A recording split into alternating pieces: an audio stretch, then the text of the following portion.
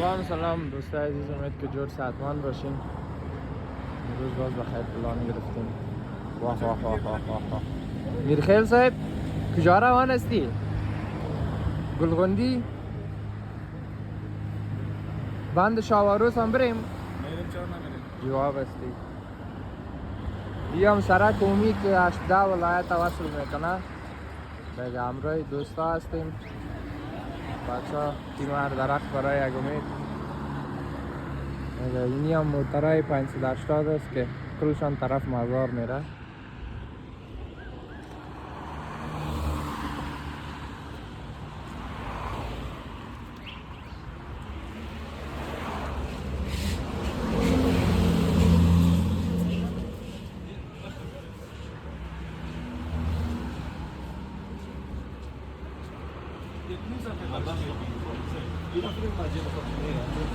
گلغندی آمدیم دیگه، بسیار یک طبیعت خوبش، واقعا لذت بردیم. قسمی که شما میبینین درختها تمام شکوفه کده و این هم منظره است گلغندی.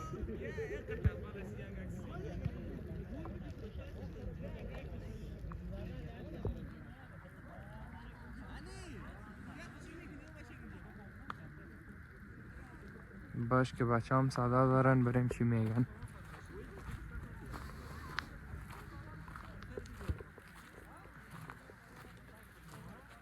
البته تمام دوستای پروژه هستن ایفریتری دیگه. چی کردین بچه؟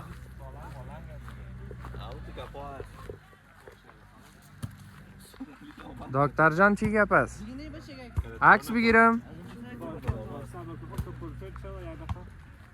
میرخیل صاحب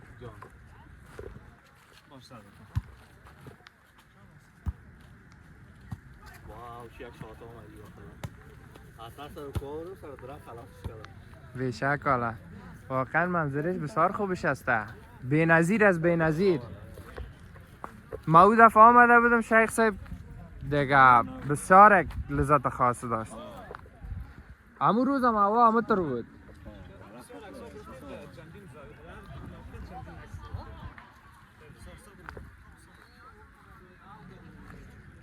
این حال اگر در گپ دکتر صاحب میکردیم فهمیدی از گلغندی مانده بودیم.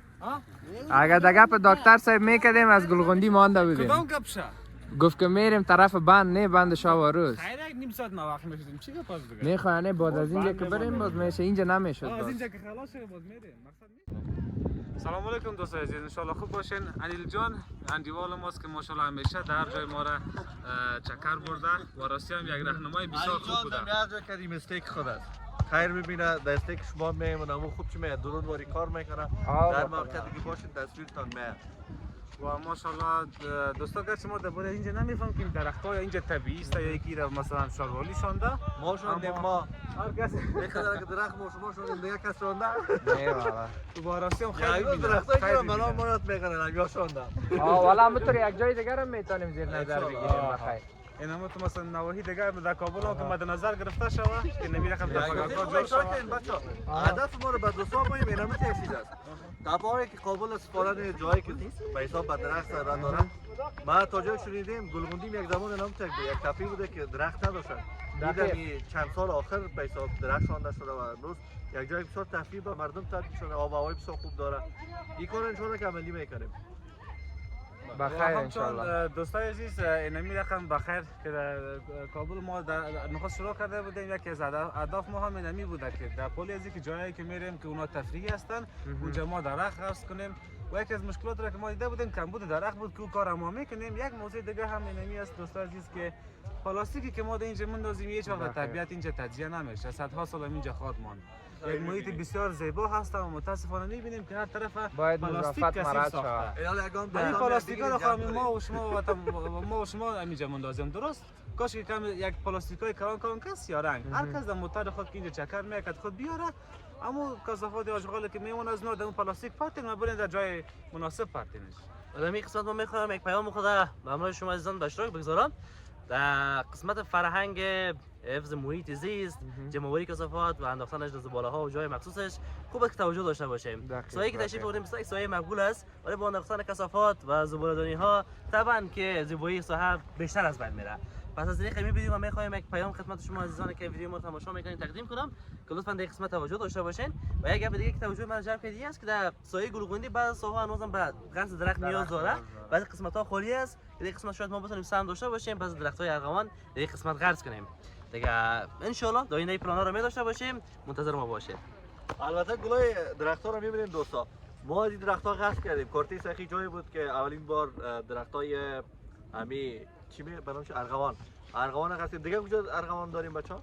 در مناطق مختلف میکس مختلف هم داریم. داریم. باغوش کابل از جمله جای بود حدود 50 یا 55 دانه ارغوان ما قصد کردیم و واقعا سوی گل مقبول داره. ان شاء الله که کار افزایش میدیم. ابرو رو ببینید دوستا. از مکر ابروی پسر منو ببینید. خب من مزاق کنم حالا منم در تصویر بام که کدمه یک جای ابرو رو ببینن نوی بده. باشه یک 360 درجه برش خوشحال بودیم. خوب ابرو معلوم میشه. این منظره ببینید طبیعت بسیار مقبول است. هم گلا هم کو هم والا بسیار ابرو مقبول میشه واقعا. شما ببینید دوستا من دیگه بغل هستم. دوستان این منظره بسیار زیباست اما ببینید متاسفانه هر طرف پلاستیک است. اگه اینجا شما کدام پوچاق خربوزه را پرتین شاید آخر مشکل نباشه، چرا که بالاخره در طبیعت تجزیه خواهد شد. اما وقتی که متاسفانه شما اگر در اینجا پلاستیک مندازین این تا صدهای سال در اینجا میمونه و این طبیعت کثیف خواهد ساخت. دوستای عزیز هوا بسیار بارانی است. دیگه در چشمه دوغ هستیم، پس طرف کابل حرکت کردیم. بسیار یک موقعیت خوب است که جلسات ما تیر شد کت بچه ها.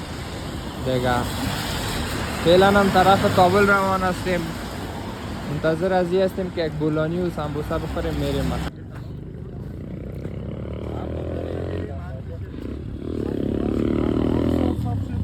اگر کم زره می گرد و غبار کم می بود